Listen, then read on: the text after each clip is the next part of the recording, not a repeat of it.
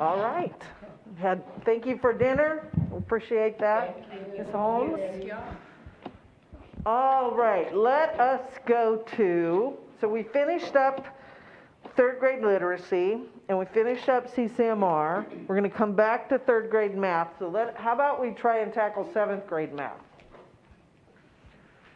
So that one, we had to adjust the baseline. We didn't have the right data for the baseline. I didn't give you guys the right data for the baseline.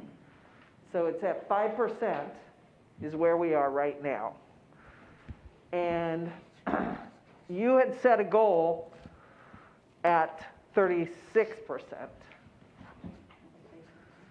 And what was the recommendation, I'm sorry, from the district? Seventh grade math. 36 was the recommendation. That's the recommendation, Yeah. okay. We were playing 50%, 52% for seventh grade math. You were at, I got it over here, seventh grade. I have a 52, is that what you were? 50, 52, yeah, we were playing with that number. Okay, so we were at 52. It was low. Yeah. Does this sound right? No. 36 was your recommendation? No, that was actually the one that we talked about because it is so low, about moving it to approaches instead. That's right. To increase them. Okay, so you want to talk about that, and let's. So these were at meets. So go Just ahead. giving a little bit of context behind that 5% at meets, right? Our seventh grade students who choose to enroll in pre-AP or GT classes are actually placed in 8th grade. So when you're looking at 7th grade, you're just looking at 7th grade students who are on level or below grade level. And so when you're looking at the approaches for this past school year that just happened, 2021, we're at 27%. And so when you have that number of students who pass 27%, I wonder if our target and our goal should be to focus on getting all of our students to experience a success in passing. In line with all of the additional district-wide changes that we would need to consider as far as the pathways that we've selected for our students, knowing, of course, that Tier 1 instruction is always a goal for improvement. So the recommendation, so we had talked about this a little bit last night too. You guys definitely wanted a middle school goal, right? You were concerned with middle school math, specifically 7th grade, because we talked about 8th grade, and if they take, correct me if I'm wrong, but if you're taking Algebra 1, that doesn't count in any kind of STAR testing, right? So 7th grade, what are the kids that are taking the math test? In 7th grade, the only kids taking 7th grade math STAR are the kids enrolled in on level, or what they would call regular, right? Right, okay. So that's what we're measuring. And so your suggestion is that you recognize that there's a challenge here. Absolutely. And, should we set a goal at the approaches level so that we can focus on getting kids to the bar? And then hopefully that's also going to push kids over the bar, as opposed to focusing in on growing this number, especially growing this number into this range, which may be very difficult in 5 years. So a couple of clarifying questions. The kids who were 7th graders who were enrolled in 8th grade level math take the 8th grade STAR test, or? Yes, they would. Mm-hmm. Okay. And what's the breakdown? Like, what percentage of kids is taking 7th grade math, and what percentage of the kids is taking 8th grade math? That are enrolled in 7th grade, that would have to be sometime. Okay. Do you have a rough estimate, or it's just a guesstimate? No idea. I'm just curious, so. I would say maybe 20%, that's right, Okay. 20% of each 7th grade at every middle school. So the top 20%, more or less, of 7th graders are taking the 8th grade. Mhm. Okay. So they're not included in this data. Right, they're in the eighth grade data, which is. And I imagine then are the lower 20% are not taking this as well, or they're taking, No, they are, they will be enrolled in 7th grade. they are taking math. 7th grade math, okay. Be everybody but create. Everybody but pre-AP and GT are in 7th grade. Okay, so 80% of the students in 7th grade are included in this measurement. Correct? Yes. Okay. Sorry, can you repeat that question? 80% of 7th graders are included in these measurements, both the meets or the approaches. Correct. Okay. Approximately. So 27% of that 80% is at approaches right now, and 5% are at meets. So what they're asking is, could we switch this goal? It would read the exact same thing, only it would be, instead of meets grade level or above, it would be approaches grade level or above. And it would be from 27% to X. So tell me again why you prefer the approaches versus the meets. Go ahead, Ceci. No. No, I think on this, Both of you have to explain it, so. no, let's both tell our sides. Let's both, I can only speak for myself, and then Ceci, you please speak. I think for me, because that is so, it's so low, that I want to make as many gains for the students' sakes, and the best way to do that is at approaches, so they can then have success, and then work them up to the meets part. You're not doing it in isolation. Right? If our goal is meets, it doesn't mean that you can see it on the other students, correct? No, absolutely not. Okay, so you'll still be doing. So I guess I see it as a stepping stone. Let me get them to the approaches first, and then I can work to get them to the meets. And that making that more attainable and real. Because it's actually, I can see a world in which it's more rigorous, actually, if they're gonna hit meets at 7th grade, then maybe they should be in the 8th grade math and have the opportunity to be on a more accelerated math track that is college prep. So, It feels like, too, to your point, that there's going to be more kids to work with. I mean, we're going to, obviously, all kids will get worked with, but more kids are going to be in this range than pushing them from here to here. But Ceci, what were you gonna recommend? Well, my perspective is if you were going to leave the recommendation that I see here at 36%, knowing that we were at 27%, I was going to say, then let's move it to approaches. We can similarly go to meets and still apply that 2 to 3% rule per year, and then leave it at meets, and maybe go to a 15% meets. If you wanted to use meets as your ceiling or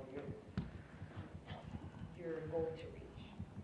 So the reason that we make recommendations at meets is because if kids are at meets, then we feel like the chances of them being successful in the next grade are very high. If they are at approaches, they go into the next grade, but they still need significant intervention to be successful. So that's the reason that for us, when we started to talk about these goals, we sat at meets, because that means that we know that these kids are going to move into the next grade level with high chances of success.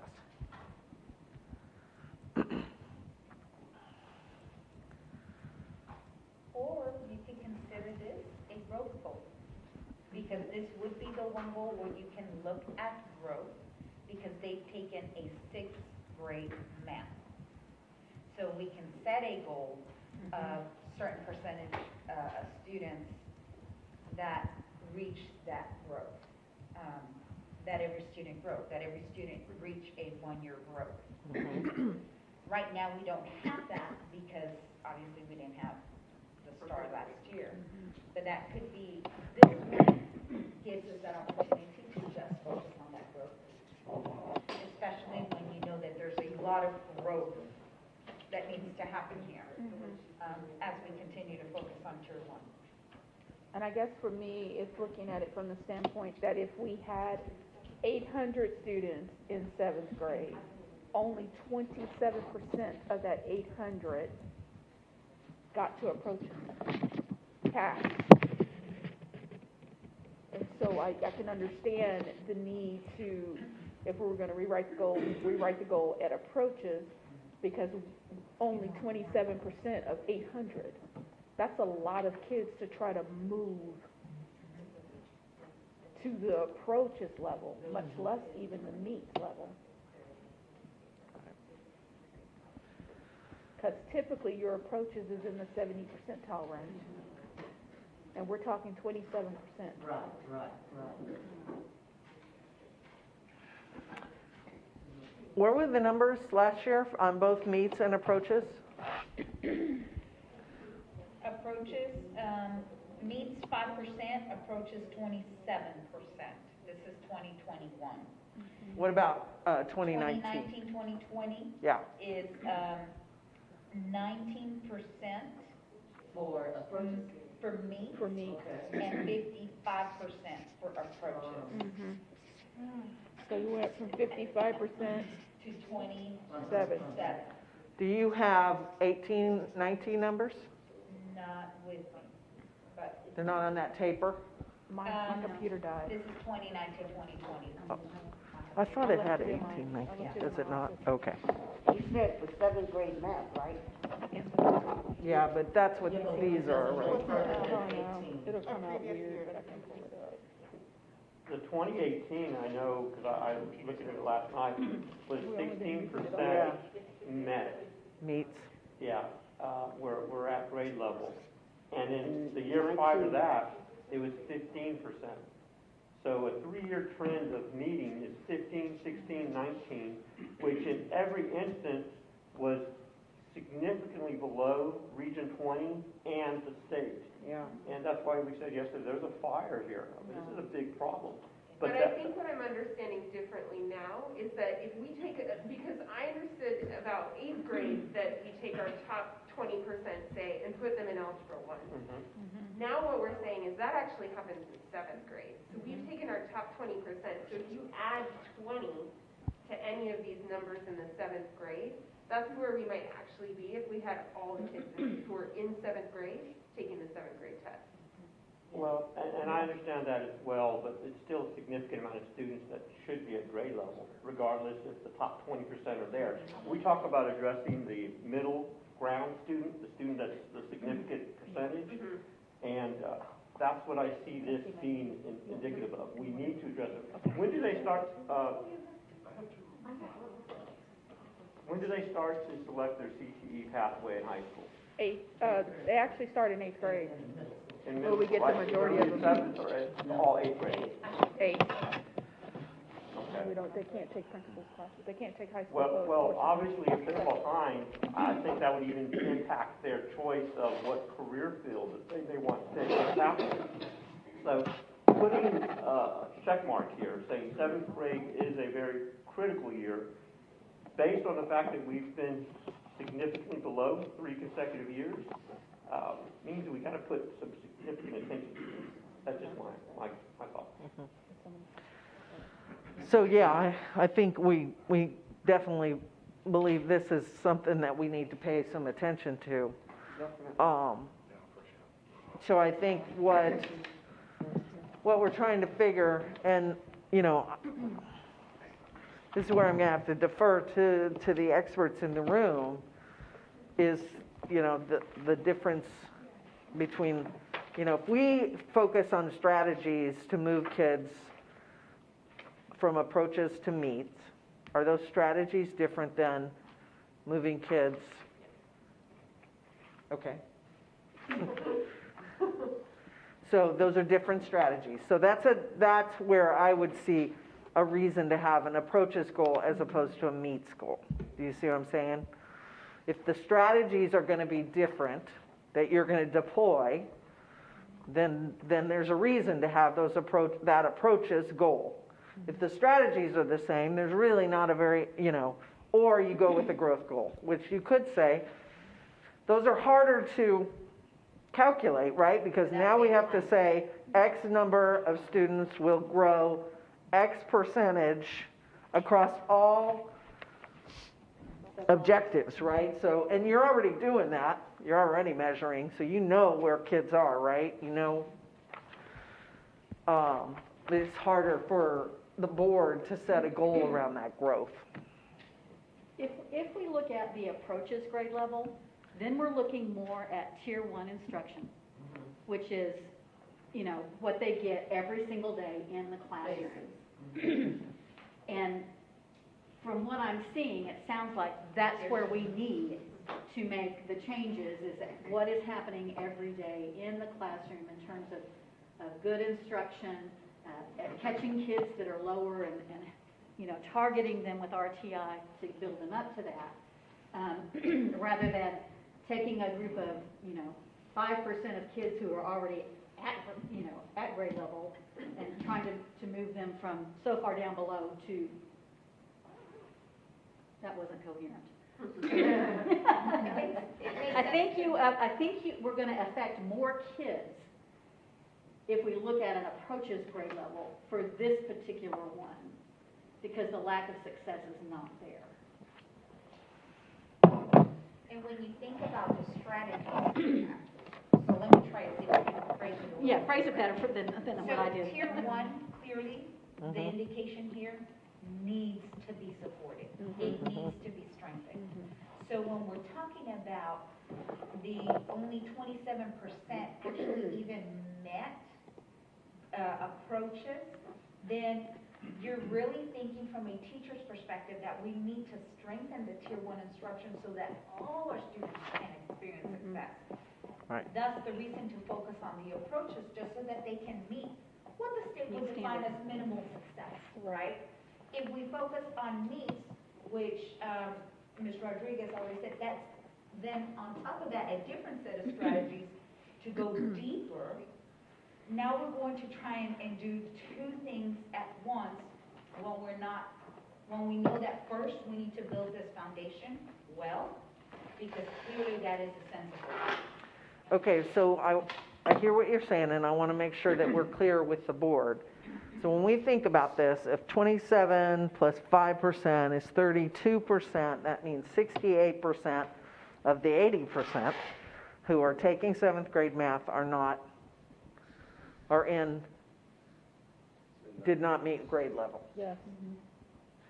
So tier 1 instruction that you're talking about addresses those children as well. So the focus is on those 68% getting them to approaches. And so when we set an approaches goal, now we're hitting the majority of the kids in 7th grade, which is who are not at approaches. So with that strategy in mind, setting an approaches goal says we're going to not hurt, we're not ignoring these kids that are at meets, but we are taking a whole lot of kids who aren't at grade level, who aren't even getting at grade level, and we're going to move them with the strategies that we deploy. Did I put that in the right way? I think that's definitely a way of Okay. Yes? Yes, ma'am. Okay. All right. So I have one more question though. Yes. Before I go all in. No, absolutely. Our historical data shows that we have a problem with meet approaches for the last few years, not just pandemic related, but pre-pandemic. Right. Okay. That's what I thought I was reading, but Well, pre-pandemic for approaches at 7th grade math, we were at 55 in 2019 and 53 in 2018. And 50 in 2017. 2018. So say that 2017 was 50 approaches. Approaches. Then 53, then 55. So we went up about 2 or 3% each year. In 2020. Say that again, 2017, what was that? 50, 50% approaches. and then 53, and then 55. Yeah. When did we start, have we been doing this, like, placing 7th graders in 8th grade math for a long, long time? Okay. Been in practice for a while. Well, I can speak I school taught districts middle do that school, too. and yes, that was the So at least practice. going back to 2017, before 2017. And then somewhere in that time frame, you have to also realize that the TEKS change for math. And so that played a role in what we're looking into as far as the data and the performance of students.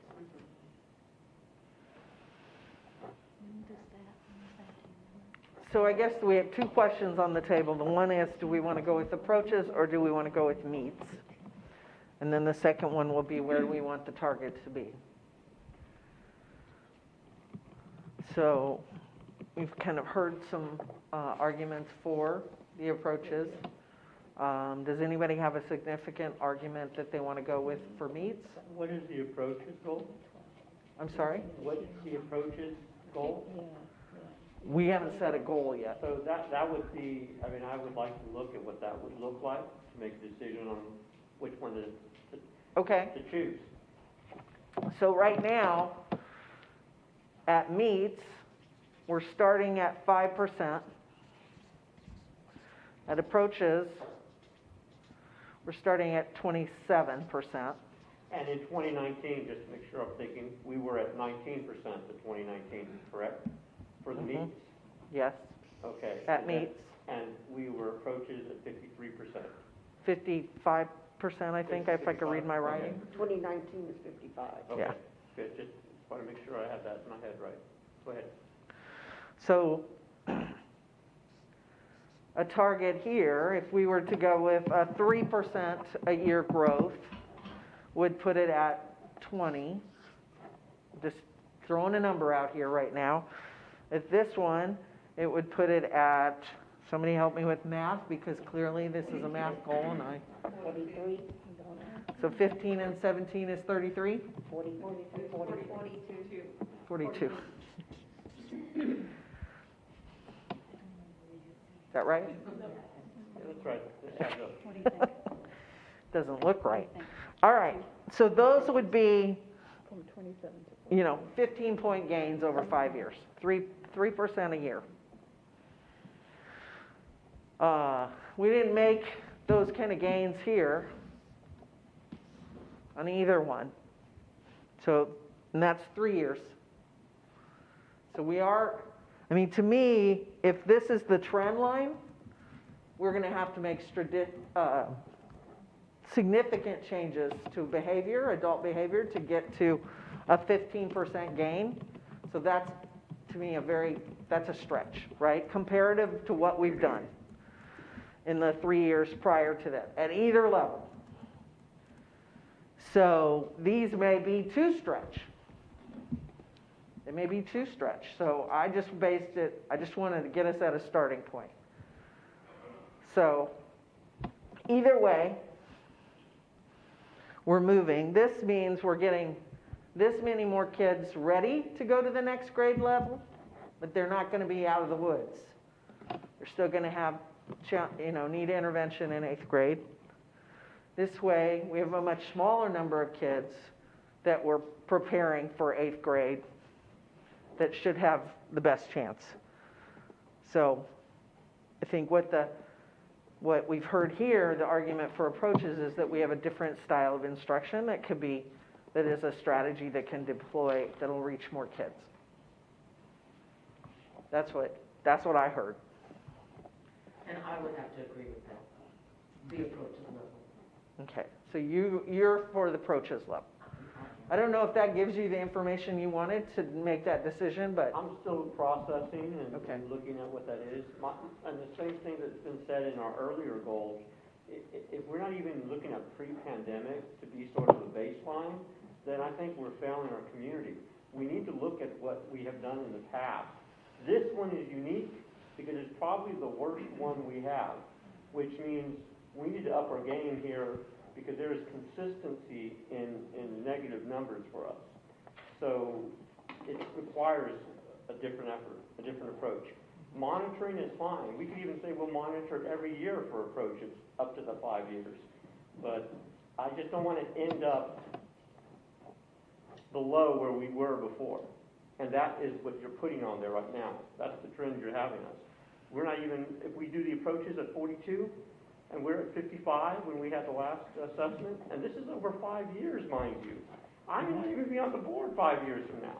So the thing is, we need to set a better tone and an expectation, and then support it.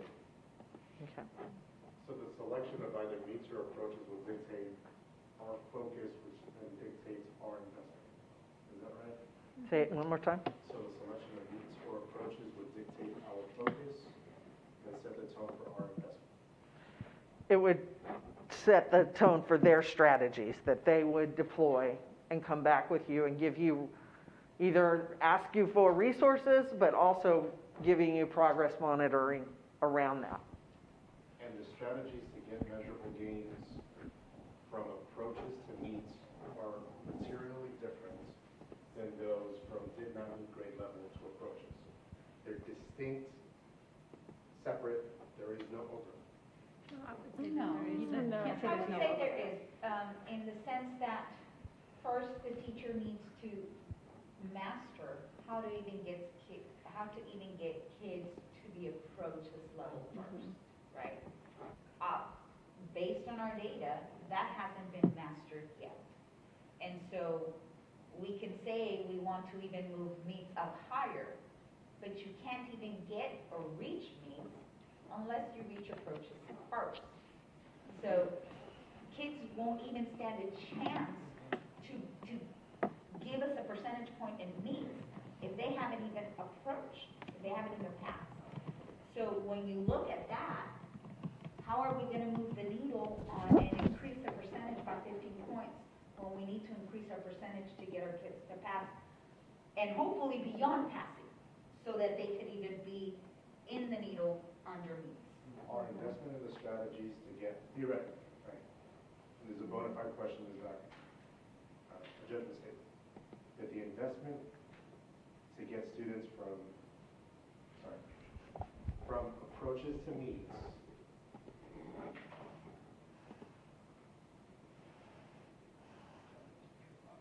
so the investment to get students from approaches to meets there would be no overlap to get students to approaches. There would be some. There would be some, like Yes. a material sum, immaterial sum. And I'll give you a simplistic perspective that I'm thinking, right? I'm training to do a mile run. Do I want to set my bar at a half mile? Because I'll get to the half mile if I'm training for the mile run, right? Now that's really simplistic, so I'm trying to understand, trying to break this out of my head. So if we were to focus on needs, how much of the investment would also help us get to the approach level? I would make, here's how the analogy I'd make to running.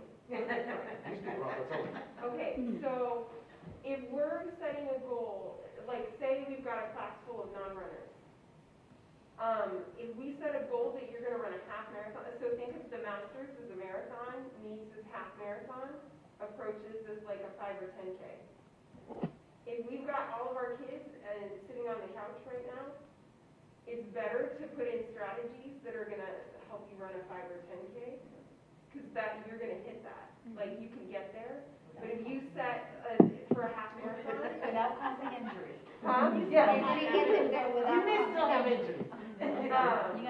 Like, you tell me to go run. I can run a 5K. I could maybe really, if I train, get to a 10K, but I'm not even going to try. Me personally, Jenny Rodriguez, not going to try for a half marathon. And so the strategies that you put in place, you might get a couple of the kids that would have been in this did not meet to the half marathon.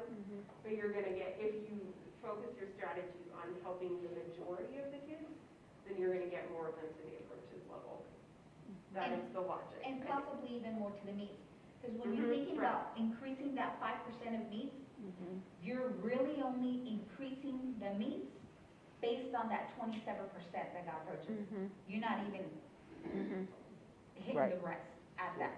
So really we shouldn't look at it as conceding on any population of students, but rather ensuring that the foundational infrastructure of knowledge and skills are there in order to build on that. Yes. Right That's now, a good way to this put it. indicates- Yes. Yes. This Right now, indicates the indicates foundation isn't there. needs to be built. And So it- when I'm thinking about it as a teacher, I'm thinking about my instruction. And I'm going to have in my class the majority of my students are not there yet. And I'm gonna have some that are. My classroom instruction is gonna focus on the majority of the group, and I'm gonna do enrichment and differentiation to push those other kids further, because they're ready for it. But these kids, if I do that with these kids, they're not gonna get there, because they don't have this. And the next thing is, another thing you have to look at is that you're looking to build a foundation on which you can build the next year's growth. And so we have to fill the holes, because in 8th grade, now we're at a do or die year, because we're getting ready for you to go into high school, but I gotta fill the holes that are at 7th grade before I can even start building 8th grade to get you ready for Algebra 1. Because we don't want them to get to Algebra 1 as a 9th grader, and then that becomes the thing that keeps you from graduating. So the holes have to be addressed where you are at that particular time. So we shouldn't look at it as low aspirational, but more so, More bang for the buck. Yes. and the vulnerability of saying that we had a tremendous foundational skill gap that we need to address. Yes. Right. And if you do look at this, to your point, Trustee Macias, this goal gets you to pre-pandemic levels. And what's That that approaches. number? It's too far away from me to see. 20, 20? and it was at 19. And that would be fine if we weren't already significantly below Region 20 and the state. If it was on par, I could live with that and say, that's great, my community's getting the best from us. We're not. And so clearly that being double, that's just not acceptable. I can't go back and say, we're gonna still be twice below all the schools in our county and behind the state, and we're good with it. I just think it sends the wrong message. I really want to say, if there are best practices, as I said yesterday, and Dr. Duhar-Toppin and Cece, I'm sorry, yes, you can think about the fact that someone's already doing it right. We have a consistent issue with this area. It's being done, so let's find out what they're doing and why we're not there yet. And if it's about our students, then I've already talked about social emotional support, I've already talked about more tutoring, I've talked about after school care for middle school, more guidance. There are things that I think we're trying to do. I'm sorry? Summer programs, all of this helps there. And in this discussion, I have not heard yet what we're doing in 5th grade and 6th grade to prepare these 7th graders to be ready. Because that's another strategy where we put resources in. So we're not accepting small increments of growth that won't even match the state or the region. We're expecting better results. That's what I would like to see. And we would see the 5th and 6th grade in progress measures. Yes. That's where we would see the growth. It's not at the developing all the strategies and everything else, that's their job. So, But we might as well put it at 100, everything at 100, because that's what we want. Now I think you're being funny. No, The I'm thing not is, being we're trying funny. I'm to just be saying. realistic, and that just is not, I'm that's just saying, yes, we have underperforming. an issue there. Let's hold it down for a second. okay. We all agreed to specific rules, so let's just hold it down. Patricia. So, I think it's a fair discussion. There's fair questions on both sides, right? I think, look, and I think you put it this way too, Trustee Diaz, and you guys have also. It is a vulnerable place that we're saying right now. We are not doing what we need to be doing at 7th grade math. Everybody has recognized that. The numbers are not where we want them to be. So we know that those strategies are going to be deployed, and you need to monitor progress as a board. So the board needs to look at, like, if we set a 5-year goal, let's say we set a 5-year goal at 20, let's say we set it at 25, whatever comes up in this room, if those strategies are deployed and they work better than we thought they would, faster than we thought they were, then we adjust goals, right? We don't sit at 25 if we know we're already going to get 10% gain, or 10-point gains, or if we hit 20 in 3 years, then we're going to readjust goals, right? Then And that goal could be even adjusted for at meet standard or at 8th grade level. You know, we can look at different things. So right now, we have to just recognize that we have 5 goals, 5 areas of need that we've focused on, that you guys have focused on. And so let's set a goal that stretches but is not unreasonable.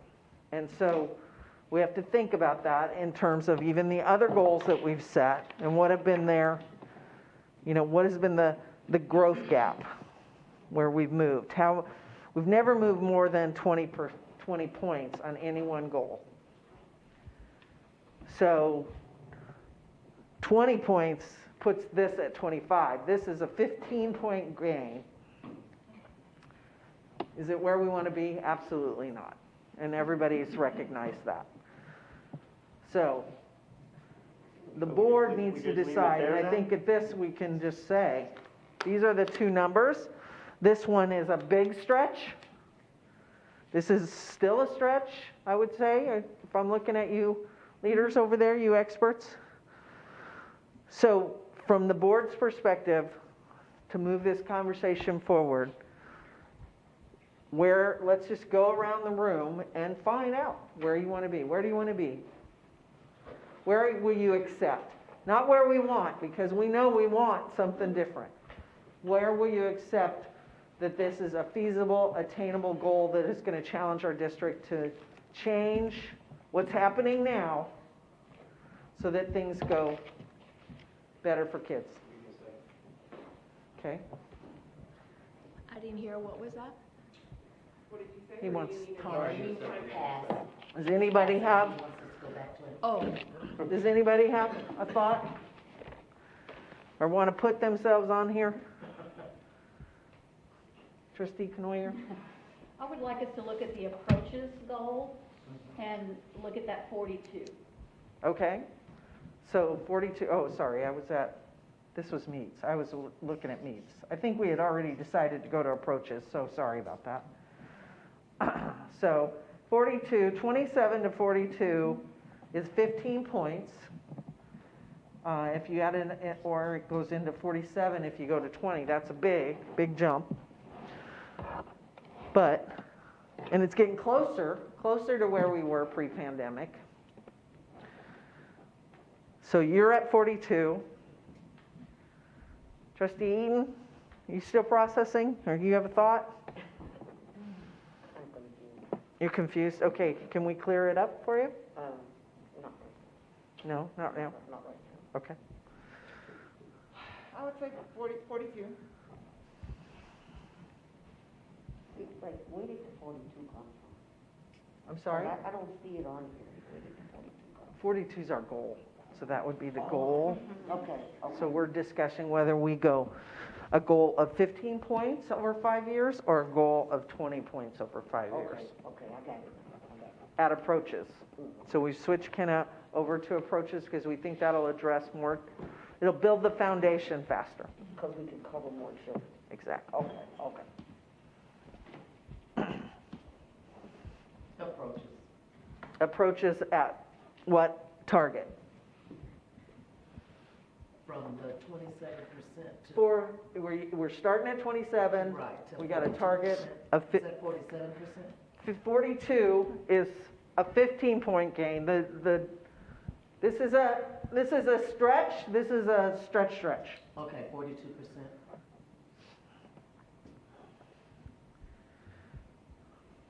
Trustee King? Rodriguez. No, got that. Rodriguez? It's okay. Looked right at you and said it. I would maybe suggest 45. I feel uncomfortable with the 42. Because, like, that's still a lot of kids who are not even hitting the, like, passing bar that the state has set. But I understand that 47 is a lot. So I'm suggesting 45. And you're right, it is a lot of kids. Yeah. And that's gonna be the challenge. So you said here? I said 45. I was offering something. She's offering another one, okay. Have you processed? I was gonna say 45. You can say 45, it's up there now. Yeah, I'm fine with that, but I will concede to my colleagues on 42 as well. I'm comfortable in that range. In this range, okay. Trustee Macias? Are you comfortable with either of those numbers? Oh, heck no. Yeah, we're underachieving in every way possible here. Now, the thing is, we're scared for some reason to say we can do better, even though historically, pre-pandemic, we've done better. We've hit 55%. In fact, I'm looking at 2016, we're 62%. I'm thinking that the numbers I'm looking at in 2013 and 2012 had us at 69%, 63% of the combined approaches and needs. So we've done better. We can't accept less because we're afraid we won't get there. So if we're going to set 5-year goals, again, this isn't next year, this is 5 years, they need to be strong. And more so because this is our weakest area. This is a chink in our armor. We are clearly underperforming in this area. And I certainly will want to know why. But bottom line, if we're going to set goals, they need to be ambitious. I don't see 45 being ambitious. I don't see anything in the 40s being ambitious. That's all still below where we were. And if we're talking to our community about being that place for people to come, to be that district that's going to excel and create, I mean, come on now. How can we sell that if we're below the state and the region? So I would dare say it has to at least be, if we're going to use the approaches, I would say 2013 numbers, 69%. May I add, you just said when you combine approaches and meets, that's actually not the way the accountability system works. So The meets are the kids within the approaches who scored at a higher thank level. you. You're right. You are correct on that. Thank you for clarifying that, Ms. Davis. So then if we do that, then I would say 55%. We get back to where we were, and I can barely live with that, but at least we're back to where we were pre-pandemic. I just hate the thought that it took us 5 years to get right back where we were. We should be excelling, and I think the plan is that we are. So I'm not saying that we're not planning to, but if we're going to be a board, we want to also set that same expectation. So that's where I would put myself. Okay. I don't think we heard from you, Trustee Canoia, did we? You said. So I got 7 marks up I there? think Ms. You need was Ms. waiting. Oh, no, I thought we counted. Did you put your mark in? Did I put your mark in? You got a mark? Where are you feeling? 45. I'm sorry? 45. 45? Okay. So we're split. We're clearly pretty far from consensus on this goal. So the board has to make a decision. We can split the difference here, and we can say that we're just not going to have consensus on this goal. And then what would the goal be then? Well, you could put it right in between the middle of these. Yeah, so knowing that we're at 42 and 45, can we just somewhere in the middle? And we don't have a consensus. We have a majority of the board, but we don't have a consensus, and you know, that doesn't mean that we don't value everyone's thoughts and processes, and I certainly understand where Trustee Macias is coming from, but we got to set a goal, and so we might have to just say, you know, where are you going to vote? Where are you going to vote on this goal? So that we get this goal in place. It's probably what's going to happen on our 3rd grade math one as well, right? So right now, if we were to go with a 43, who of the boards, by a show of hand, would set that, would codify that? 1, 2, 3, or 5? 5.2? Did you? Yeah, Okay. But you're an A. Okay. So, we're going to go with approaches and a 43 preliminary goal target. So that's, how does that feel to the leaders in the room? To the, not leaders, you're all leaders. To the experts, sorry, the education experts. We'll go for it. 43 or 42? 43. We split this. Okay. It would be really 43.5, but I don't like decimals in our goals. No. they won't report this. Okay. So let's go back. Let's go back to third grade math.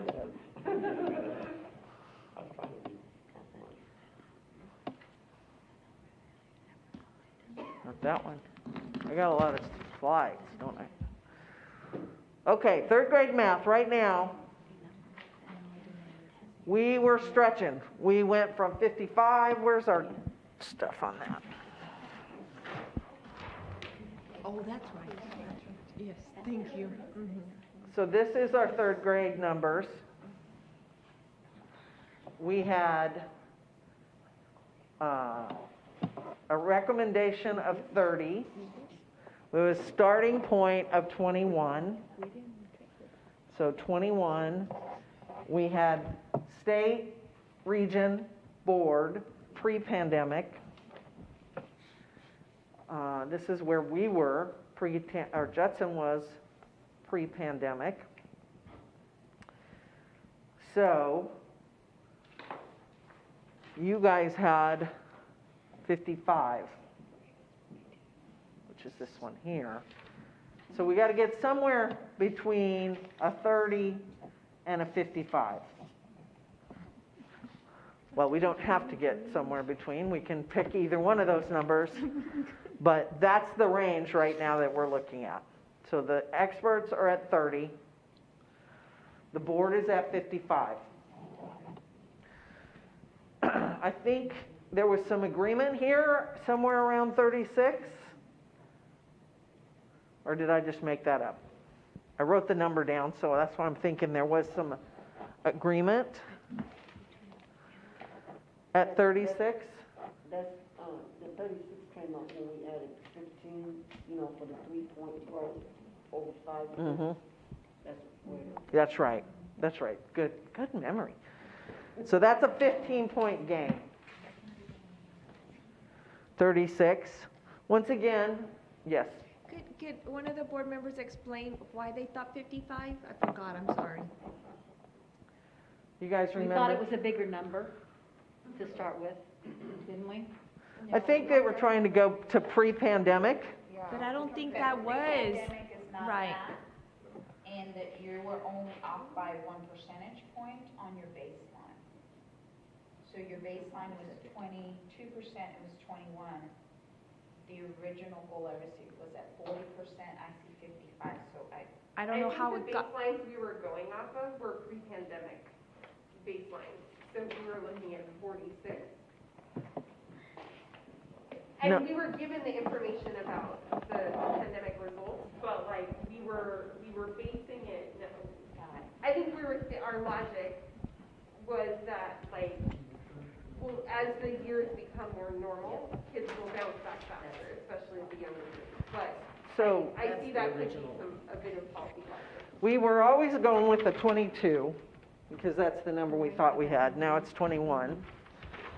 This is our dialogue from last night. okay. This was our range that we talked about. We had 44, we had 55, 51. Those were kind of the areas. You can remember you went to groups and that's what you came up with? We'd like to change ours. You want to change yours? To what? 42.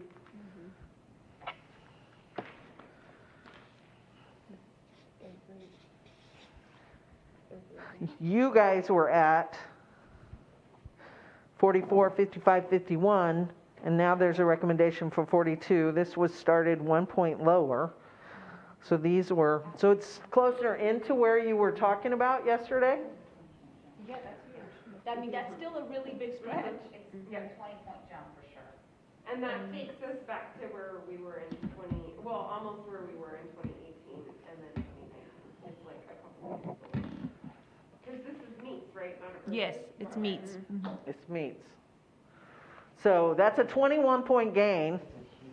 Yeah. Yeah. It's a stretch. It's going to require adult behavior change, I assume, challenges, different strategies. Actually, the adult behavior changes are much harder than the student changes. Yeah, because they're the ones that gotta do it, yeah. Yep. So how do you guys feel about that number? 42 is the number, is the target, which is a pretty significant 21 points, bigger than any of our other goals too, except for maybe the 7th grade one we just named, right? I can't remember. I think I covered that. So how do you feel about 42?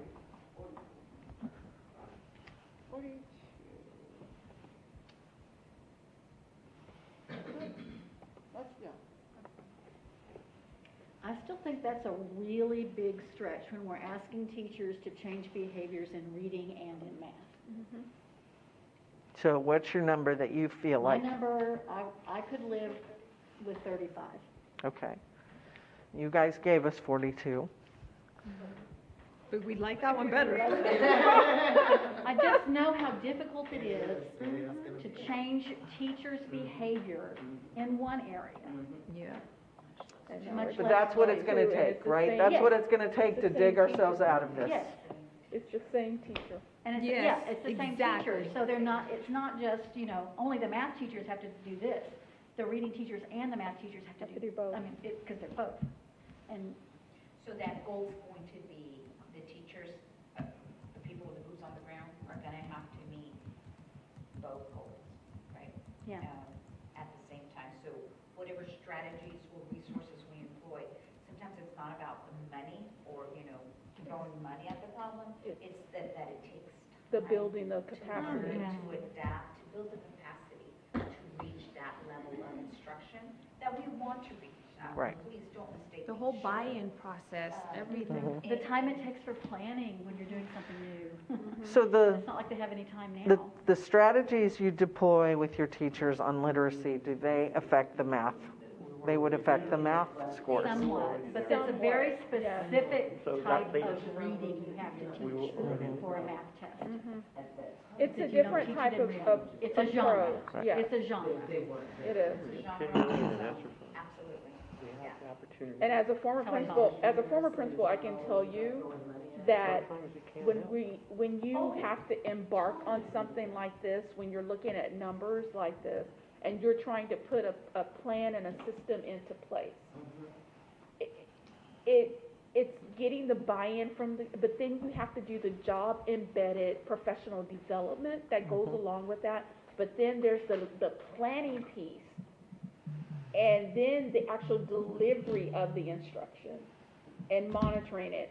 And at a high school, you have experts, for the lack of a better word. You have a math teacher, you have an English teacher, so they only have to worry about that content. When you're talking about elementary, they are going to be teaching all subjects, and so I'm going to ask you to stretch yourself, because not only we're going to ask you to just do it in reading, we're also having you do it in math, and it's a very different approach at elementary.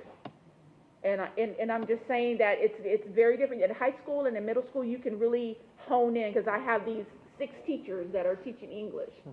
And then I have these 6 teachers that are teaching math. But even at a middle school and high school, the lift is hard. I cannot even explain how hard it is. When Kirby was in low performance, it was in IR, to come in and try to change that in a year's time. So Even 5 years. I absolutely can see that this is not going to be easy, right? And of course it's not going to be easy. If it had been easy, we would have done it a long time ago. But I will submit too that I think, and this goes to the progress measures, is it's not just one single grade level that you're shifting. You're also going to get your kindergarten teachers and your first grade teachers and your second grade teachers.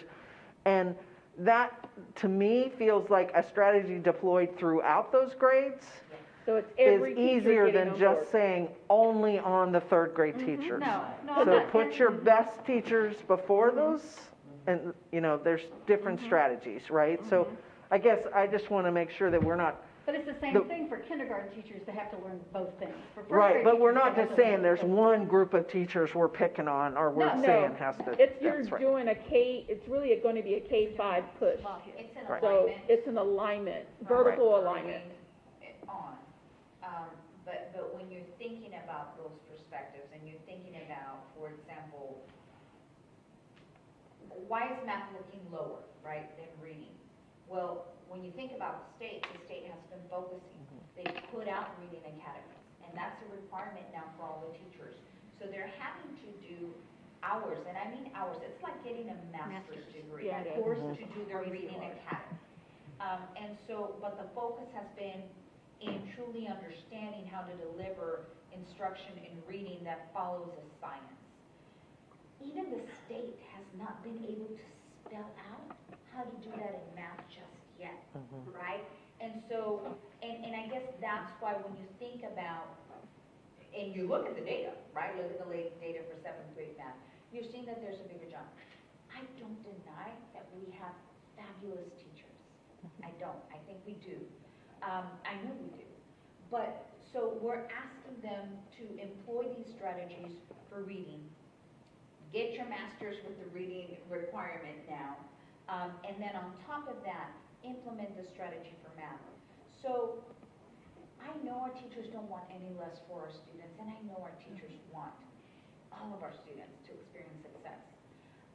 It also helps the teacher, the person that's going to be putting out this outfit, if they can experience a goal that considers all of those things.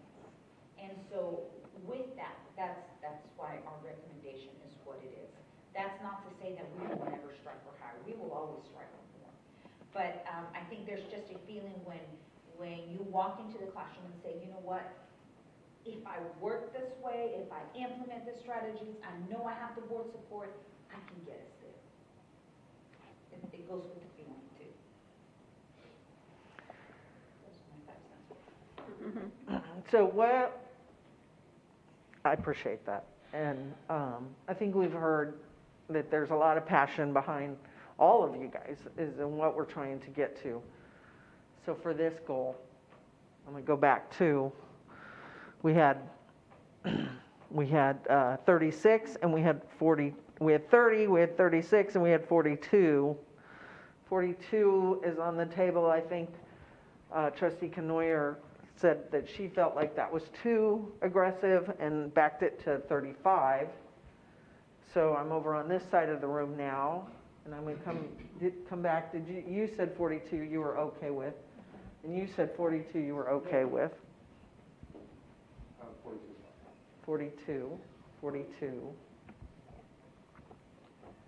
The logic that we used before when we were having the discussion earlier was to Ms. Rodriguez's point that those students that are coming in from pre-K, or even if they did not, they came into kinder, first grade, second grade, getting back to where we were pre-pandemic should be more obtainable for that cohort of students.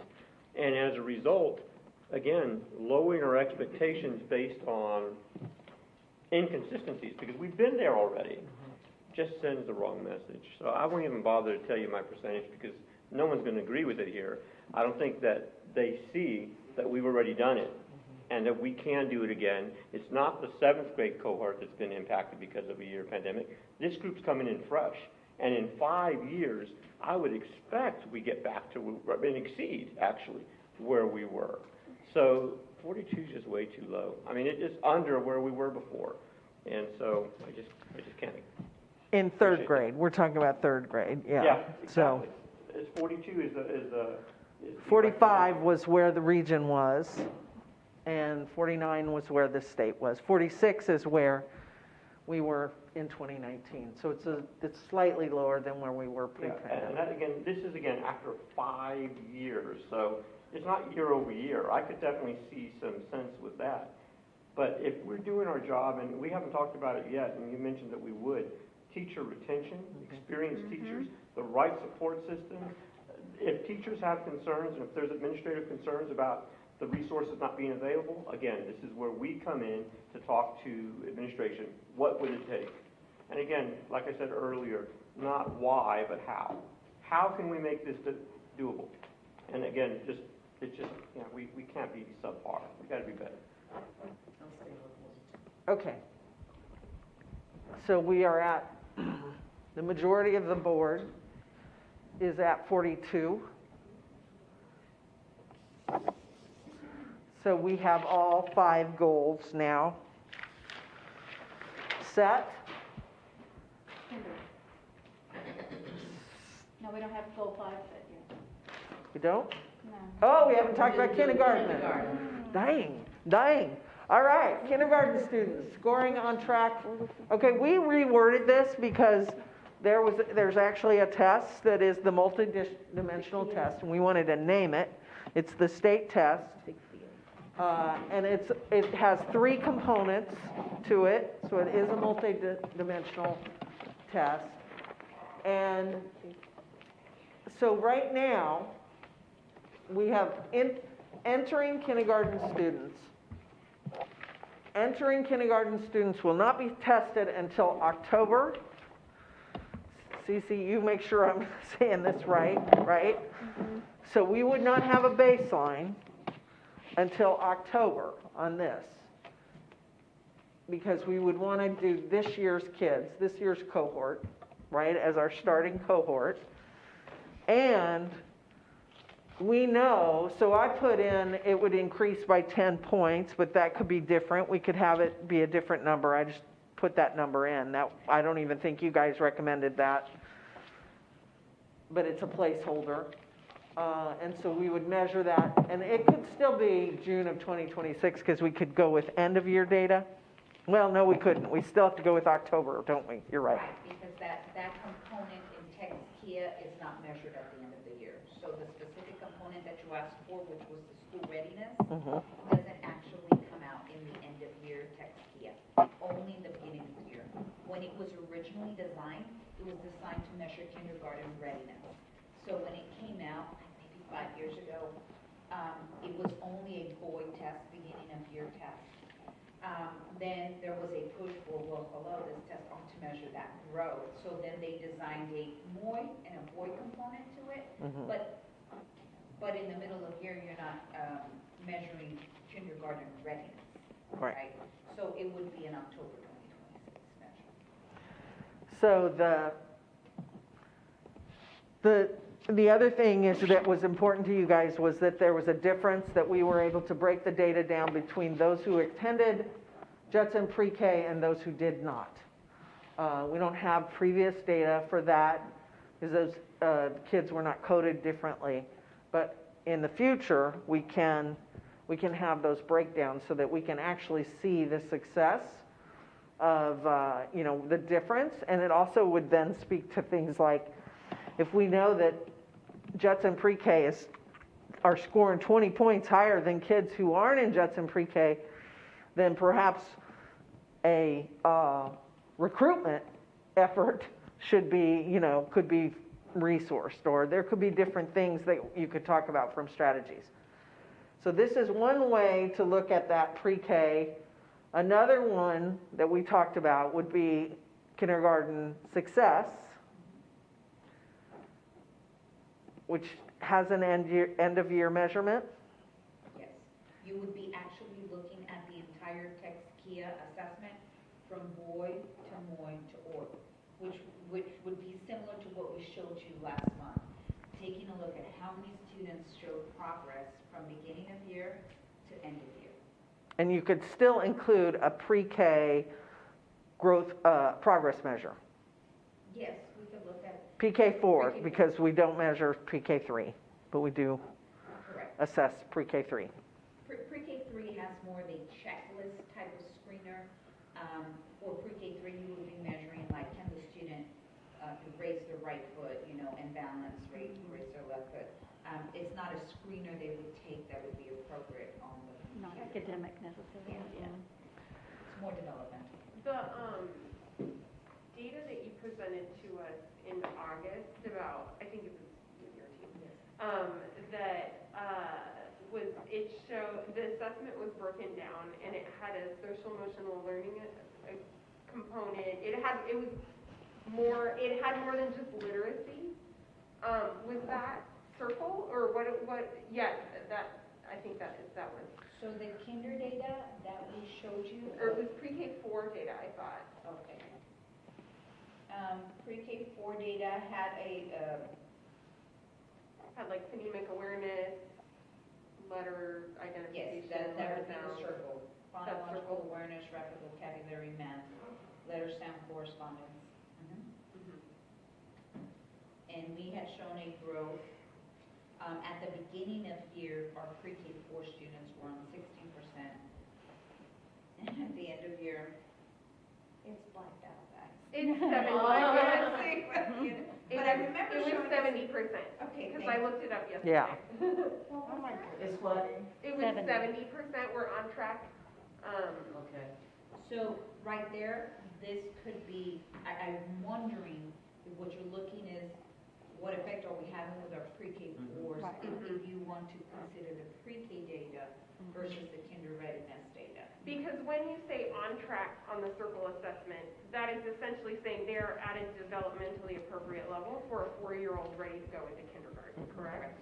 And does it map onto the like kindergarten readiness standards, more or less? It's a completely different test. So it wouldn't be like following a first grader to second grade with the same amplified exam. So it is a different exam. Got it. So I guess the question is, are you guys still good with the goal as pre-K readiness goal? Which is fine. I just want to make sure that in pre-K readiness, really we're going to only have one progress measure, and that's going to be pre-K 4. Kindergarten readiness, kindergarten readiness. So you'll only see one progress measure for kindergarten readiness. If you were to go to kindergarten success, you would see other progress, you would see at least one other progress. Middle and end. So, and if we're going that route, then we need to know, if you're saying, did you say that it was 70% before for kindergarten readiness? No, 70% for pre-K was where they scored on track. I think we're jumping between both pre-K and kinder. Okay. The kinder assessment, what you have here is 70% is the current average. We haven't finished our goal, so that's Is that Dr. Ball? She was on the phone. Okay, so do you have an idea of where we were pre-pandemic kindergarten readiness? Pandemic, when we have last year, Okay, what was that? during the pandemic, 76.5. Okay, so 76.5 is a baseline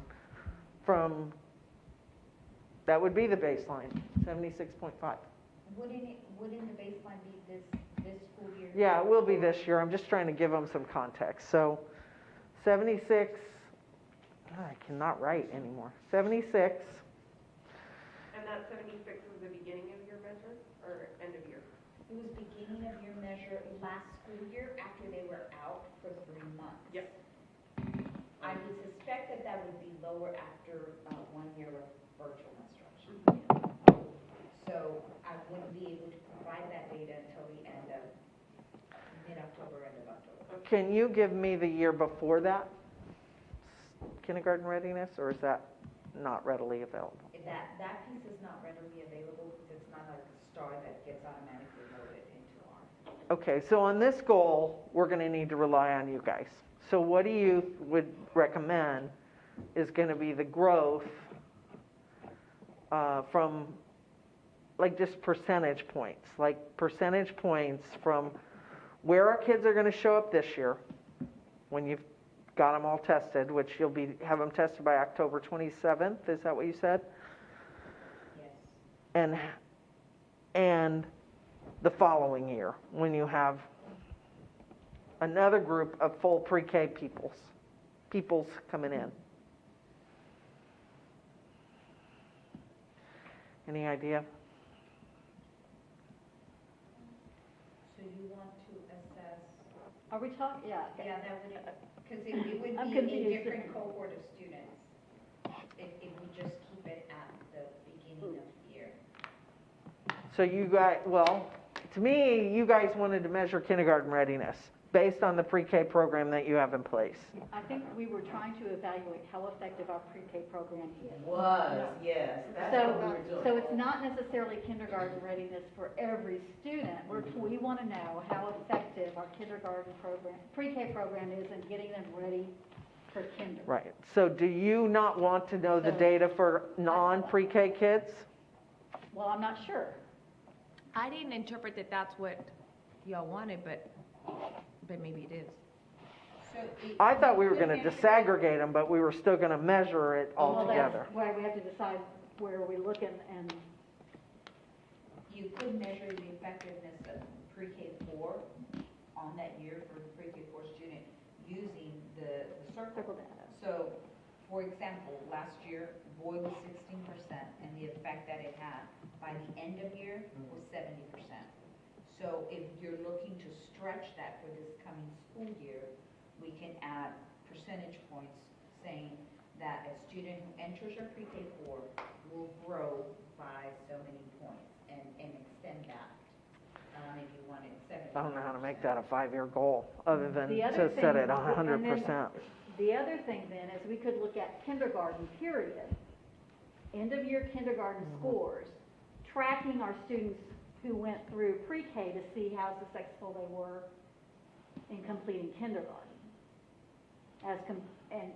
compared to all kindergarten students, and use the kindergarten data. So what we want is our pre-K program making our students more successful as they go through school. Well, then why don't we make the Right? pre-K, Mr. Macias, this is really one of your goals that you want to look at. So I want to be sure that we're honing in on what it is you want to. Are you looking at just how successful our kids are going through pre-K, or is our pre-K making them more successful in terms of their kindergarten completion?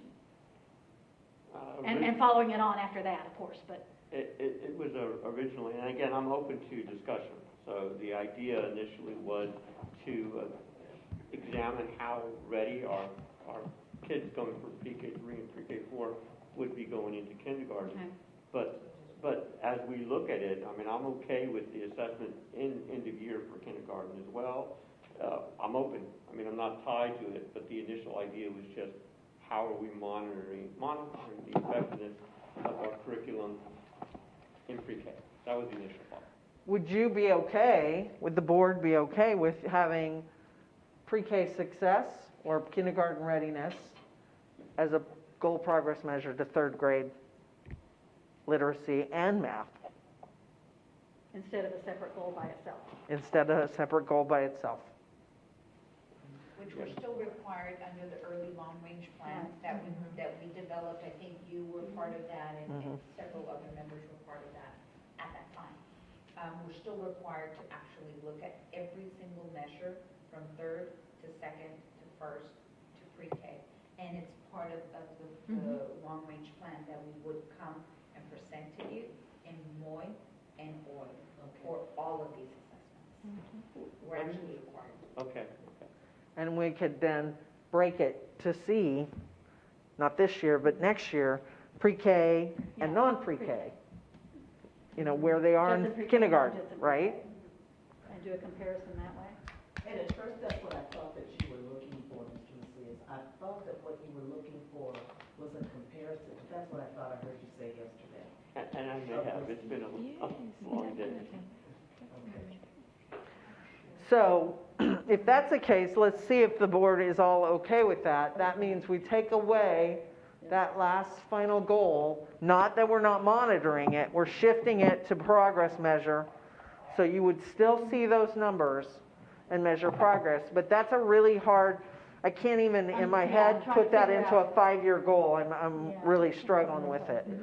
So I think if, could we do it, as Suzanne was saying, could we do it and make it part of the third grade reading and math? yes, that's what I'm saying. It And becomes put a it progress measure Yes. underneath Under third reading grade, and math. which you're already measuring anyway. So what Ceci is showing Mr. Macias is a report that we had showed the board.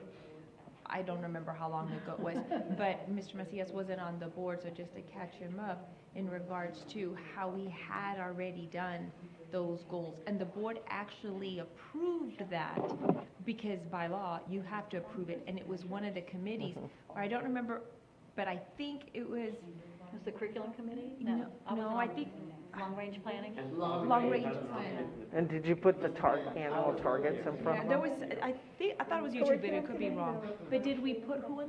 did we- Annual targets in Yes, front of them? we did. Are they higher or lower than these? I would have, we did it by district and by campus. And I'll have to be honest and tell you, I don't remember exactly, so Okay, I don't wanna, yeah, we'll just leave them as progress measures because you're already measuring that. okay. So, is everybody else okay with that? Does that make sense to you? Have we lost you? No, not quite. I'm freezing to death. Oh, no. Well, it's better now, I'm sweating chicken. No. So, are you guys okay with having, measuring progress of kindergarten readiness, but doing it under our third grade goals?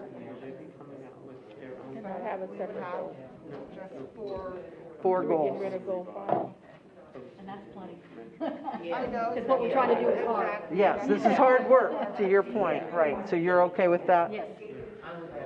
You're okay? You two are okay with having that be a progress measure? Should be able to. Yeah. Okay, good. All right. Goodness me. What time is it? Are you guys delirious over there? No. I do. I feel like, I think everybody needs to get up and stretch and not, and first of all, I think you all need to, like, not just listen to me either. So, what I'd love for you guys to do, since we have these four, you have questions still? No. You're looking like you do. This is our active listening thing. Okay. All right. Oh, no. And more goals? He said me. I said, no, you, everybody's engaged me enough already tonight. So, what I'd like you guys to do is, and you don't own these progress measures that we keep talking about are going to be set by we're going to go away now, and the board, or the leaders, the experts are going to set those and come back and make recommendations with baselines and targets and all of those great things. But what we tried to do last night, but we ran out of time, that's making me nervous. I know, right? Hold it up, Is to have, for you to go and break down and talk amongst yourselves about, like, what would you want to see? In your head, what would be progress measures, 3 to 5, under each of these 4 goals that you have? Just big, broad swath, right? No numbers. You don't need to go data diving again. So, if you're looking at third grade literacy, then what is important to you? And we can do this all together, or you can do it in small groups just so you are not listening, sitting and getting. What kinds of things What would you like to progress do? measures? You said small? Small groups? Yeah. Let's do Okay. it together, or can we just list them on there, or y'all don't wanna do it together? No? Okay. We'll come back. We'll just do 10 minutes. What if we You agree to three, not strike down any you three. idea How's that? At this point in it, and we generate in small groups and then. And share out? Then we'll write it up. I'll write them down. Sure. Okay? And then you How about we do it this way? for later. You 3, In small groups. you 3, you 3. Okay. Okay, guys. So they need to be predictive of the goal. That's what I'm asking you right now. Predictive of the goal and influenceable by the superintendent and her team. I don't need targets, I don't need any of that. We did it last night. This is our last I thing gave we you did that last big night. hug. You know what? That's a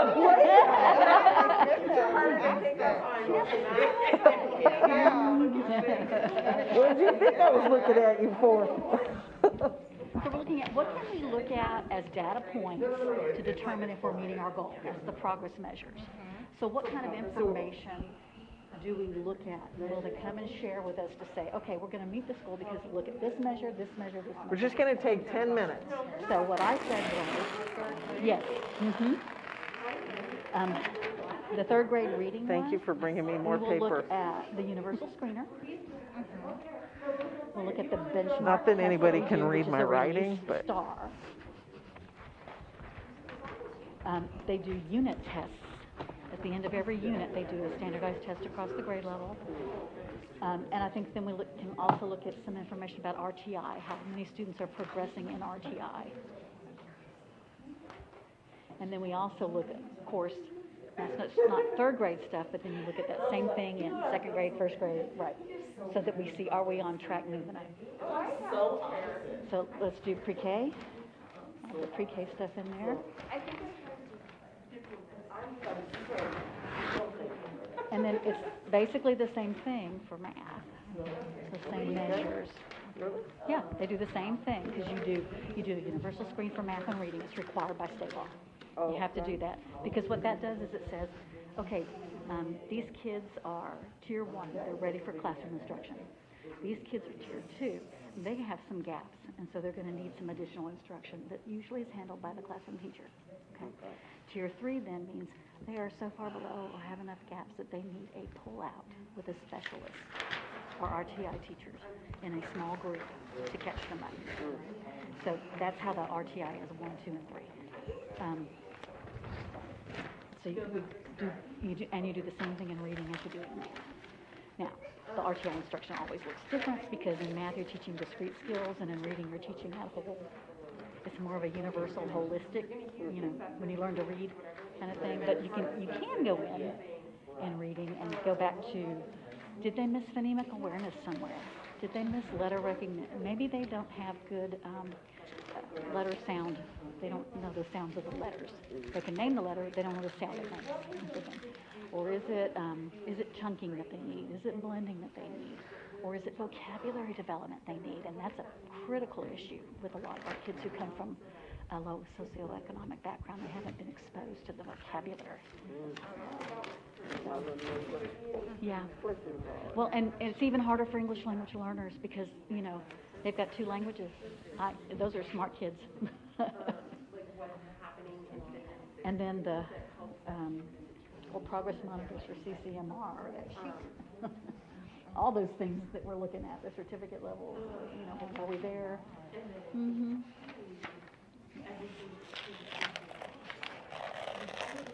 And is that it? 7th grade math. So for 7th grade math, I didn't do that one. Well, so for 7th grade math, you're looking again at the screener. Mm-hmm. Yep. You're looking at unit tests and RTI information.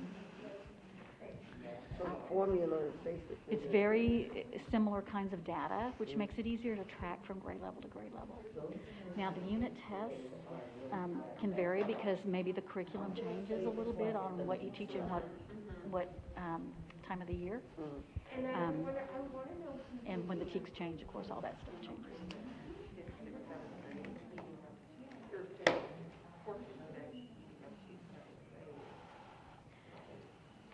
I think if there's anything else.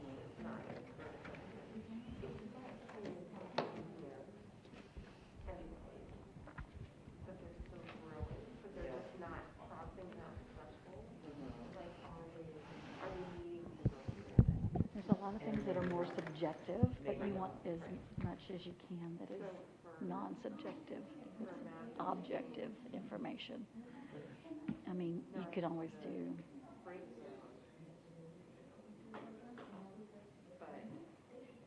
don't know if they're doing any additional literacy testing now. We used to do the universal screener and another test, and I don't know if they do that now. Like that map test, would that count as? I'm not sure what they're using for what. I mean, but. They've changed, I know they've changed the instruments. So, like, whether the. But we used to do a universal screener, and then we did the DRA and all the early literacy classes, because that told you exactly where the weakness of the kid was. Was it fluency, was it comprehension, was it phonemic awareness, was it But they phonological get awareness? a little gain in approach. Right, because the sixth grade test, there's, We do a running record on them and analyze it too. Yes. Aubrey Elementary. I've taught everything from second grade to seventh grade. I taught first grade in summer school. Does that make sense? Yeah. That was a trip. And then in tag, I taught Cat 5. I did tag. Does that make sense? I learned kinder's not my jam. Oh, They are busy. they are something else nowadays. I loved because we had to give them a test for tag. And I'd say, they had a little marker to follow along for the things on here. Say, put your marker under the table and under the, yeah, because it had like under the line with the table, and they put it under the table and just giggle, and you know, so silly. You know, Silly. That's interesting. and I will be honest that And the gifted ones are really busy. Because they were bored too. They were fun. It was, but boy, I was exhausted on kinder day. Did you have a aide or? No, it was just me. Just me. And I had like, I don't know, 8 or 9 kinder kids. But we did a lot of hands-on kinds of things. So we looked at life cycles with a focus of kinder. So we hatched eggs for the kindergarten, and I had an incubator and got eggs, and we did that in the classroom. And we did the same thing with butterflies. So we were looking at and we did tadpoles, and we did ladybugs. And we also built a terrarium. Each kid made the terrarium so they could kind of see what's the cycle in there, because the water cycle has to do with it. So the whole thing was cycles in kinder. It was a lot of fun. Did a lot of literature with it. And then the older kids, I did a whole lot more critical thinking kinds of stuff with. I taught algebra to my 5th graders. Hands-on equation with manipulative algebra. Was manipulative. But each one had different focus. Like, one of them we did mysteries of the world kind of thing. So, you know, the Martha lights. You know, we were trying to figure what's the evidence you have, what's the theory you can suppose about what happens there. You know, after doing research on it, one of them we did an art focus, and they had to choose a style of art and an artist that they really liked, and they had to research the artist, and then they had to create a piece of art in that style. So that was my 4th graders did that with, and they loved it. And then they ended up having to summarize the artist for the museum card, right? Because they always put a little something, so then we had those displayed in the hall. It's a lot of work, but I loved it. My little geekies. My little geekies. And I spent a lot of time on social emotional with those kids because they needed it. I did nothing but special ed, with special ed for 4 years, and then became a counselor. So it was always social emotional. And I thought I was going to do a career change, you know, beginning years as a counselor, because I was doing affidavit for a lot of, you know, kiddos there and their parents, and I was doing CASA at the time. And so I was constantly at the court. So that was interesting. You're not counseling. That's the thing. At middle school, you don't counsel. You do schedule changes and you do and you do testing. That's because I started for a master's in counseling, and I got to the actual part. I didn't finish it. I was 9 hours short. Okay. But I started looking at what are we doing and how will I use this? And even at elementary, they weren't doing I wasn't even finished with the degree yet. I was probably the only one, with the internship, with an actual job, So I'm in class and, they're talking about, the book work and whatever, and I'm just like, oh, this sounds How it works, yeah. And so, So I ended up, I said, okay, I'm not gonna do this anymore. I helped open a school, and it was so much, oh my God, that was so much work. We opened Eagle Off, and while I was in the middle of that, and, what year did that open? oh God, it's been 25 years. Was that in the 90s? Yeah. 95-ish. And, that's a lot of work to start a new school. Oh, it is. Anyway, and then I went back later and got my master's in curriculum. Okay, That's let's see if we can come together. And that made a lot of sense for what I wanted to do. And it was focused on technology, instructional technology. And so I taught the Intel Teach the Future program. Like that. It was a way to incorporate technology into the classroom curriculum, teaching teachers. So I did a whole lot of that during my time. So, on goal number 1, what did you come up with? That's third grade reading. Goal or progress measure? Progress measure. The progress measures For for the goals. goal, okay. universal screener. Universal screening, so you want at what grade? Yeah. All grades. You look at All grades up to third grade? up to third grade, Yeah, every year. because that tells you if they're on track. Screeners, so pre-K, K, first, second. And third. Because they'll do it beginning of the year, third grade. Okay? You guys benchmark. Benchmark. It's a release test. Unit test. Yeah. The benchmark is a release star test, is what we call it, a benchmark here, right? The star release test, the benchmark. So that would be third grade. What else did you say? The comma that we said was gonna come after all of these goals was like with no gaps by the disaggregated racial groups, and so, or Right. demographic All groups the is what we sub-pops. use, yeah. So, like, being able to see all of that data disaggregated as well would be important.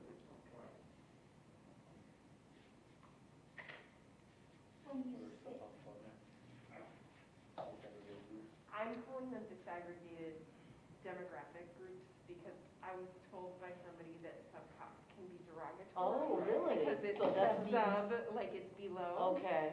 Okay. And so, All right. I'm trying So to like that's the retrain new- myself to all use right. them much By longer. student Population population, data. you can say by student All right. population Mhm, mhm, or yeah. demographic. Student population, that's a shorter way. I totally relate to using the right term. All right. Anybody, did you guys have anything to add to this? Yes, so because your 2 goals for third grade math and third grade literacy are related to what we're required to produce from the state also recommends that those progress measures are defined as universal screener for pre-K, K, first, second, and third. So that's gonna be in the long-range board plan that you will approve and look at. And it also disaggregates student groups, and it predefines what that measurement is. So I just want, when we say no gaps between the disaggregated data, the state actually recognizes that each student group has a different target goal. Okay. So I just want to make sure Okay. that when you do see that, and I'm just going to read out a few. So the African American student group has a target goal of 32%, whereas the white student group has a target goal of 60%. And this is set by the state based on the years of trends that they have seen, and versus a special education group of 19%. So these goals are set, and that's what, we didn't even talk about domain 3. That's what domain 3 shows us. Maybe it's without widening any pre-existing gaps, We could also address that in the guardrail conversation when we get to it in the next training. All right, so that's goal 1. Was there any different ones? I assume they're pretty much the same for, Well, I would think reading and math would be the same. Same, yeah. Yes. right, Yeah. like, so this is 3rd grade. Reading, 3rd grade math. Okay, how about, let's try CCMR. That was not right. Goal 3. And, you know what I'm talking about. Like, did you guys come up with anything different for those? What would your group talk about? I would say 8th grade, STAR, and then the EOC exam, 8th grade, STAR, and then the high school EOC exam. And then the PSAT. Do we administer PSAT to all students? No, 2, yes. We do one in 7th grade and one in, oh Lord, I can't even think, I think it's 10th grade. 10th grade, they can, oh, okay. And we also do the SAT, we have AP exams, we have TSI, The ASVAB test fall in any of those? no. Not to count towards ASVAB. accountability. We do track it though, as that. But it wouldn't be under CCMR. No, it's not. Because Yeah. they negated them. Yeah. So they really should take the M out of CCMR right now. I doubt they're gonna move it out. college and career ready. Yep. Dual credit numbers are in there also. Oh, yeah. And AP. AP exam, IB exam. Do And it. AP can even go deeper with enrollment. That certainly could be an equity issue that you can bring Yeah. into all of So these. would that be ABIP, IB? Yeah.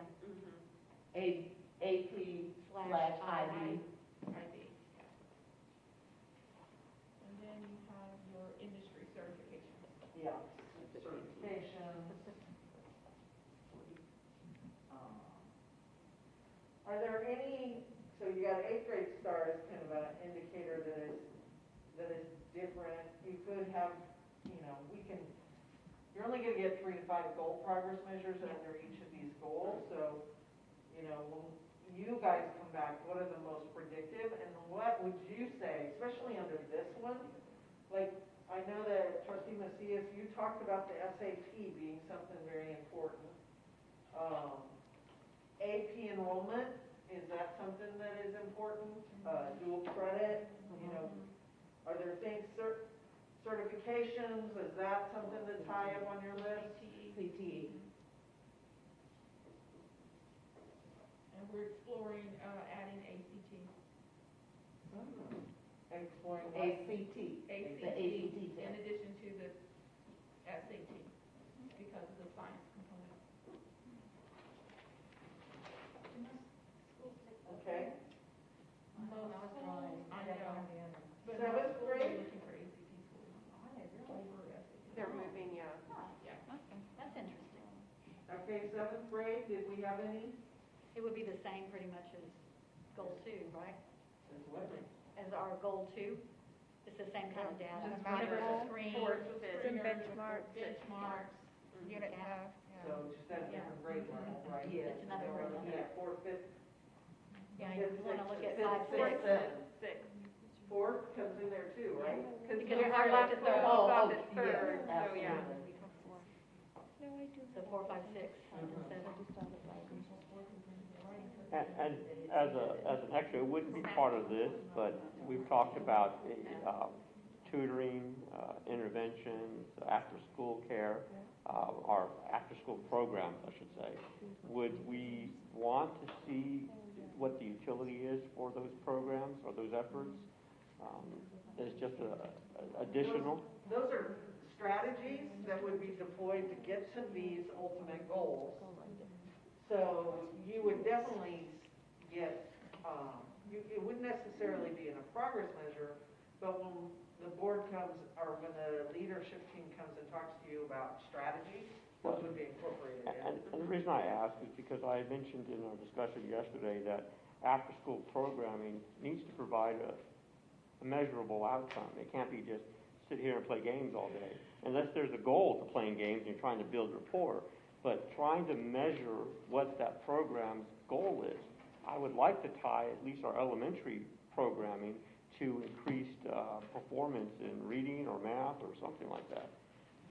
I think too, though, like, I agree, and I wish that my son's after-school program had a bit more of an academic component to it. But I will say that if my school does not have an after-school program, it's a deal breaker whether I'll even enroll him, because like, that is a non-negotiable for me to be able to work. Yeah. So, For a lot of people. yeah, so, Yeah. If it's deployed as a strategy to meet one of these goals, then it doesn't necessarily have to be, a separate benchmark or a separate progress measure, but we'd get that data. It would be included in the strategic data that you would get. But we've named it, so you know that we're thinking about it. Anything else that you guys had that fell under 7th grade that was different than this? No? We do formative assessments, which is kind of like benchmarks, but they're actually unit to track student. It's like a unit test to track student progress, so like the entire grade level. Right? What's That would be 7th grade and Unit formative assessment, unit test. Yeah, most of this data is going to be interim, so that we can measure it multiple times a year. So formative is obviously not summative data. I know you've got a summative measure here, so that, you would only get one time a year. You wouldn't get a progress on that. And what we really want to do is have progress showing 3 times a year so that you know you're moving towards the goal. So the next steps we're going to take a little break so this is the last of this group of training, but we do need to come back. We've got several things that we want to do. But in the interim, your leadership team, and we're going to work together to make sure that if they need support, I'm here for that as well. The leadership team is going to go out and they're going to write your goal progress. We're going to get baselines, we're going to get targets, we're going to have annual targets on the goals, we're going to look at that. So they have a ton of work to do, and that's why they're the experts. They get to do the hard work.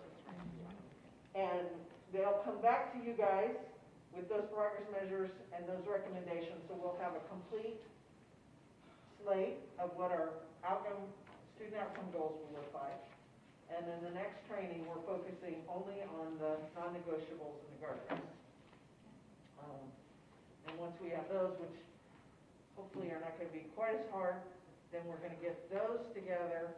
And then we have the whole framework. We're build a monitoring calendar so that everybody knows where we're going with it, when we're going to see data, right? It's all the structure. And then we'll also talk about, like, what does this look like in policy? How do we infuse equity into these conversations? What does that look like in policy? And we can also look at your operating procedures. There's a few other things that we can do to wrap up to really shore up your governance space. So I won't see you for a couple weeks, 3 weeks, 4 weeks maybe. We don't have a date yet, do we? I don't think we do. We don't. Yeah. So we'll get a So we date. need to- yeah.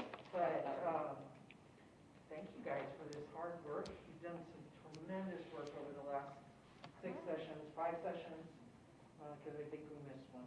5 sessions. So I appreciate the way you've leaned in, the questions you've asked. I think they have been really great questions. And I think you've had amazing dialogue within this room too. So kudos. And thanks for having me. And thank you, Patricia. thank you so much. We need to be here Thursday. Where's We'll that? be back on Thursday. I know. We're back on Thursday. Totally forgot. Don't worry, I'll send you a schedule.